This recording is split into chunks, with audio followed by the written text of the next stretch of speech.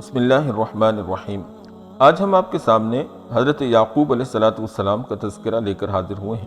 آپ علیہ السلام حضرت اسحاق علیہ السلام کے بیٹے، حضرت ابراہیم کے پوتے اور حضرت یوسف کے والد ہیں۔ اللہ تعالیٰ نے حضرت ابراہیم علیہ السلام کو جب حضرت اسحاق علیہ السلام کی بشارت دی تو اسی وقت حضرت یعقوب علیہ السلام کے متعلق بھی بشارت دے دی اور فرمایا فَبَشَّرْنَاهَ بِإِسْحَاقَ وَمِن وَرَاءِ إِسْحَاقَ یعقوب۔ عبرانی زبان میں آپ کا نام اسرائیل ہے۔ آپ علیہ السلام کے 12 بیٹے مشہور ہیں، ان میں سب سے زیادہ مشہور حضرت یوسف علیہ السلام ہیں۔ آپ علیہ السلام جب پیدا ہوئے تو حضرت اسحاق علیہ السلام کی عمر مبارک 60 برس تھی۔ قرآن کریم میں سورہ بقرہ، سورہ آل عمران، سورہ نساء، سورہ ہود، سورہ یوسف اور سورہ مریم میں اللہ رب العالمین نے آپ کا تذکرہ کیا ہے۔ حضرت یعقوب علیہ السلام حضرت ابراہیم علیہ السلام کے بھتیجے بطول کے نواسے بھی ہیں اور ان کی والدہ کا نام رفقہ تھا۔ حضرت عیسو ان کے حقیقی بھائی تھے۔ جب حضرت یعقوب علیہ السلام اپنے بھائی کے ڈر سے والد کے مشورہ سے اپنے ماموں لابان کے پاس چلے گئے، وہاں 10 سال ماموں کی خدمت کی اور ان کی بکریاں چرائیں۔ پھر اس کے بعد لابان نے اپنی بڑی بیٹی جس کا نام لیعا تھا ان سے شادی کروا دی، لیکن حضرت یعقوب علیہ السلام چھوٹی بیٹی راحیل سے بھی نکاح کرنا چاہتے تھے، تو لابان نے کہا کہ 10 سال مزید میری خدمت کرو، میری بکریاں چراؤ تو میں راحیل کو بھی تمہارے نکاح میں دے دوں گا، کیونکہ اس زمانے میں 2 حقیقی بہنوں کا نکاح ایک جگہ شرعاً جائز تھا۔ چنانچہ حضرت یعقوب علیہ السلام نے مزید 10 سال اپنے ماموں کے پاس رہ کر خدمت کی اور بی بی راحیل سے بھی شادی کر لی۔ حضرت یعقوب علیہ السلام کی تمام اولاد ماموں کے گھر پیدا ہوئی سوائے بنیامین کے۔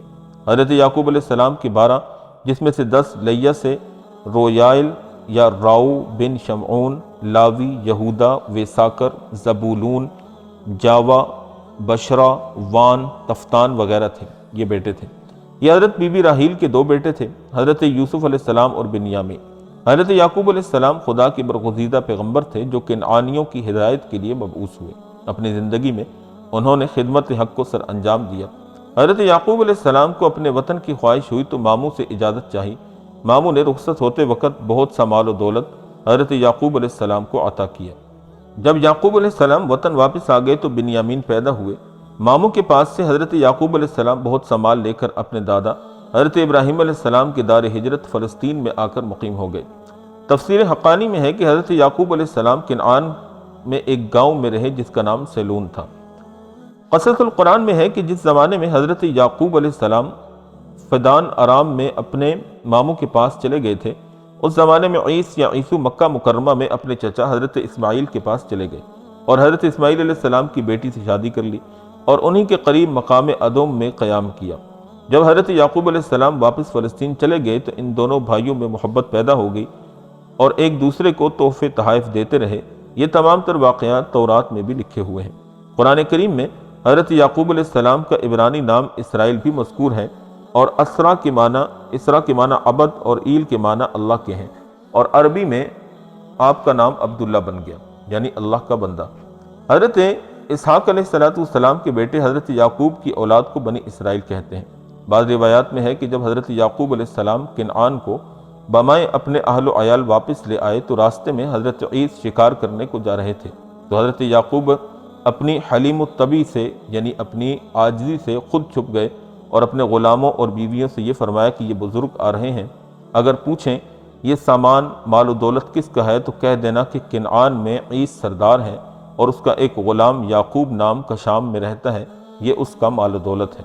غلاموں نے یہ بات حضرت عیس کو کہی تو یہ بات سنتے ہی ان کا دل نرم پڑ گیا اور رونے لگے اور کہا کہ حضرت یعقوب علیہ السلام تو میرا بھائی ہے، غلام نہیں ہے۔ حضرت یعقوب علیہ السلام نے عیس کو روتے دیکھا تو حضرت یعقوب تشریف لے آئے اور دونوں بھائی آپس میں گلے ملے اور عیس بھی ساتھ واپس آئے اور حضرت یعقوب علیہ السلام کو رہنے کے لیے مکان دیا، اور اس کے بعد حضرت بنیامین پیدا ہوئے اور ان کے والدہ راحیل نے وفات پائی اور بنیامین اپنی خالدہ لیعا کی گود میں پرورش پاتے رہے۔ 1 سال گزرنے کے بعد حضرت عیس نے کہا کہ میری گزران مشکل ہے، اس لیے میں یہاں سے ہجرت کرتا ہوں، چنانچہ وہ روم کو ہجرت کر کے چلے گئے۔ حضرت عیس کا ایک بیٹا روم نام کا تھا تو اس کے نام سے روم شہر مشہور ہو گیا۔ جب پیغمبری کے لیے حضرت اسحاق علیہ السلام کی دعا حضرت یعقوب علیہ السلام کے حق میں قبول ہو گئی تو حضرت عیس کے لیے حضرت اسحاق علیہ السلام نے کثرت اولاد کی دعا فرمائی۔ حضرت عیس کی اولاد روم میں بہت پھیل گئی۔ حضرت ایوب علیہ السلام انہی کی اولاد میں سے تھے۔ حضرت یعقوب علیہ السلام کے ایک فرزند حضرت یوسف علیہ السلام ظاہری حسن و جمال کے ساتھ کمالات باطنی سے بھی مالا مال تھے۔ حضرت یعقوب علیہ السلام اپنے فرزند سے یعنی یوسف علیہ السلام سے بہت ہی زیادہ محبت کرتے تھے۔ پھر 24 سال کے اس فراق و جدائی میں بڑی رنج و مصیبت میں گزرے۔ پھر خداوند تعالیٰ نے فضل کرم کیا اور ان کی ملاقات مصر میں ہوئی۔ اس وقت حضرت یعقوب علیہ السلام کی عمر مبارک 130 سال ہو چکی تھی۔ باقی زندگی ان کے ساتھ گزار کر دار فانی سے رخصت ہو گئی۔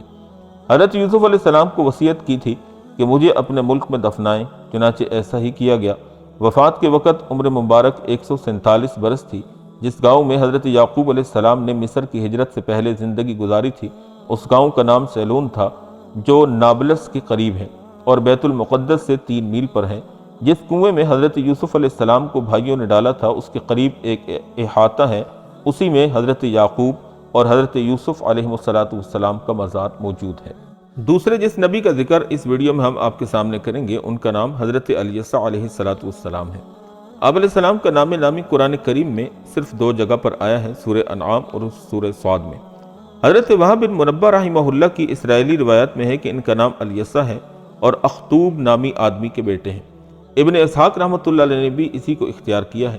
کتب تاریخ میں یہ اسماعیل والیسع ویونس ولوطا وکلا فضلنا علی العالمین، اور اسماعیل اور الیسع اور یونس اور لوط کو ہدایت عطا کی اور ان سب کو ہم نے اپنے زمانے میں اقوام عالم پر فضیلت دی۔ اور سورہ صاد میں اللہ پاک فرماتے ہیں وَاذْكُرْ إِسْمَاعِيلَ وَالْيَسَعَ وَذَا الْكِفْلِ وَكُلٌّ مِّنَ الْأَخْيَارِ، اور آپ اسماعیل اور الیسع اور ذوالکفل کو بھی یاد کیجئے، یہ سب بہترین لوگوں میں سے تھے۔ بنی اسرائیل کے ان نبیوں اور پیغمبروں کے واقعات سے جو جلیل القدر انبیاء علیہ السلام سے شرف صحبت اور مخلصانہ اتباع میں خلافت کے بعد منصب نبوت پر سرفراز ہوئے، اس سے یہ ثابت ہوتا ہے کہ صحبت نیکہ حصول خیر کے لیے اکثیر عظیم ہے۔ اگر ریاضت و اطاعت کا سلسلہ ہزاروں سال بھی رہے مگر کسی کامل کی صحبت سے محرومی ہو تو بلا شبہ یہ ایک بہت ہی بڑی خامی ہے، جس کا مدعا صحبت کامل کے علاوہ کچھ بھی نہیں۔ تیسرا جس نبی کا ذکر آج ہم آپ کے سامنے بیان کریں گے اس ویڈیو میں، ان کا نام حضرت ذوالکفل علیہ السلام ہے۔ قرآن کریم میں آپ کا ذکر 2 جگہ ہے، سورہ انبیاء اور سورہ صاد میں۔ نسب کے بارے میں قرآن کریم حدیث نبوی صلی اللہ علیہ وسلم کی روشنی میں اس سے زیادہ کچھ نہیں کہا جا سکتا کہ آپ علیہ السلام نبی اور پیغمبر تھے، اس سے زائد پر خاموشی ہے۔ اور سیر و تاریخ میں بھی کافی جستجو کے بعد ہمیں کوئی سلسلہ معلومات باہم نہیں پہنچ سکا جن کے ذریعے سے حضرت ذوالکفل علیہ السلام کی حالات اور واقعات پر روشنی ڈالی جا سکے، اور تورات بھی اس معاملے میں بالکل خاموش ہے اور اسلامی تاریخ بھی۔ ابن کثیر نے مشہور و معروف تابعی حضرت مجاہد سے ان کے متعلق ایک قصہ نقل کیا ہے کہ حضرت الیسع علیہ السلام بہت بوڑھے ہو گئے تو ایک دن ارشاد فرمایا کہ کاش میری زندگی ہی میں کوئی شخص ایسا ہوتا جو میرا قائم مقام ہو سکتا اور مجھ کو یہ اطمینان ہو جاتا کہ وہ صحیح نیابت کرنے کا اہل ہے۔ اس کے بعد انہوں نے بنی اسرائیل کا اجتماع کیا اور فرمایا کہ میں تم میں سے ایک شخص کو اپنا خلیفہ بنانا چاہتا ہوں، بشرط یہ کہ وہ مجھ سے 3 باتوں کا عہد کر لے۔ پہلا، دن بھر روزہ رکھے، دوسرا، رات کو خدا کی یاد میں مشغول رہے، تیسرا، کبھی غصہ نہ کرے۔ یہ سن کر ایک شخص کھڑا ہوا جو لوگوں کی نظر میں بے وقت نظر آتا تھا اور کہنے لگا کہ اس خدمت کے لیے میں حاضر ہوں۔ حضرت الیسع علیہ السلام نے اپنی تینوں شرطیں دوبارہ بیان کی اور دریافت کیا کہ ان کی پابندی کرو گے؟ اس شخص نے جواب دیا کہ بے شک۔ تو حضرت الیسع علیہ السلام نے دوسرے دن پھر اجتماع کیا اور کل کی بات کو دہرایا، سب خاموش رہے اور وہی شخص پھر آگے بڑھا اور خود کو اس خدمت کے لیے پیش کیا کہ تینوں شرطیں پوری کروں گا۔ تب حضرت الیسع علیہ السلام نے اس کو اپنا خلیفہ بنا لیا۔ ابلیس یعنی شیطان نے دیکھا تو اس سے برداشت نہ ہو سکا اور اس نے اپنی ذریت یعنی اولاد کو جمع کر کے کہا کہ ایسی صورتیں اختیار کرو کہ جس سے یہ شخص بہک جائے اور اپنی شرطوں پر قائم نہ رہ سکے۔ شیاطین نے بہت کوششیں کی مگر سب ناکام رہے۔ تب ابلیس نے کہا کہ میں ہی اس کا کام سر انجام دے سکوں گا، تم سے یہ کام نہیں ہو سکتا۔ حضرت الیسع علیہ السلام کے خلیفہ کا یہ دستور تھا کہ وہ دن رات میں صرف دوپہر کو تھوڑی دیر کے لیے آرام کیا کرتے تھے اور کچھ سو کر تھکان دور کر لیتے۔ چنانچہ ایک دن ابلیس پراگندہ حال بوڑھے کی شکل میں اسی وقت ان کے دروازے پر پہنچا جب وہ آرام کر رہے تھے، اور دروازے پر ہاتھ مارا تو وہ آرام چھوڑ کر آئے اور پوچھا کہ کون ہے؟ ابلیس نے جواب دیا کہ ایک مظلوم نادار بوڑھا ہے انہوں نے دروازہ کھولا اور حال پوچھا۔ ابلیس نے کہا کہ میرے اور میری قوم کے درمیان جھگڑا ہے، انہوں نے مجھ پر ظلم کر رکھا ہے اور اپنی بات کو اتنا لمبا کیا کہ ان کے آرام کا وقت ختم ہو گیا۔ بنی اسرائیل کے اس امیر نے فرمایا کہ اب تم جاؤ، شام کو جب مجلس منعقد ہوگی تب تم آنا، تمہاری داد رسی کروں گا۔ وہ چلا گیا۔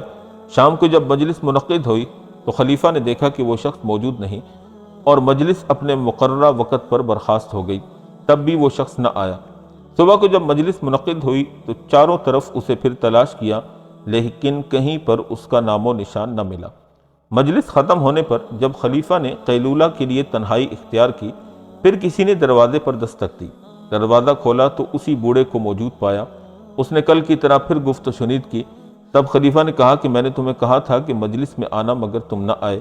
ابلیس نے کہا کہ میری قوم بڑی خبیث ہے، جب آپ کو مجلس میں پاتی ہے تو آہستہ سے اقرار کر لیتی ہے کہ جھگڑا نہ کرو، ہم تمہارا حق ضرور دیں گے، لیکن آپ کے مجلس کے برخاست کر دینے کے بعد پھر انکار کر دیتے ہیں۔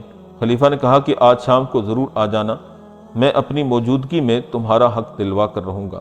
اس گفت و شنید میں پھر آرام کا وقت چلا گیا اور خلیفہ کو نیند کی تکلیف نے بہت ستایا، مگر شام کی مجلس حسب وعدہ منعقد کی اور چاروں طرف نگاہ دوڑائی، مگر آج بھی وہ بوڑھا نظر نہ آیا اور نہ ہی صبح کی مجلس میں وہ آیا۔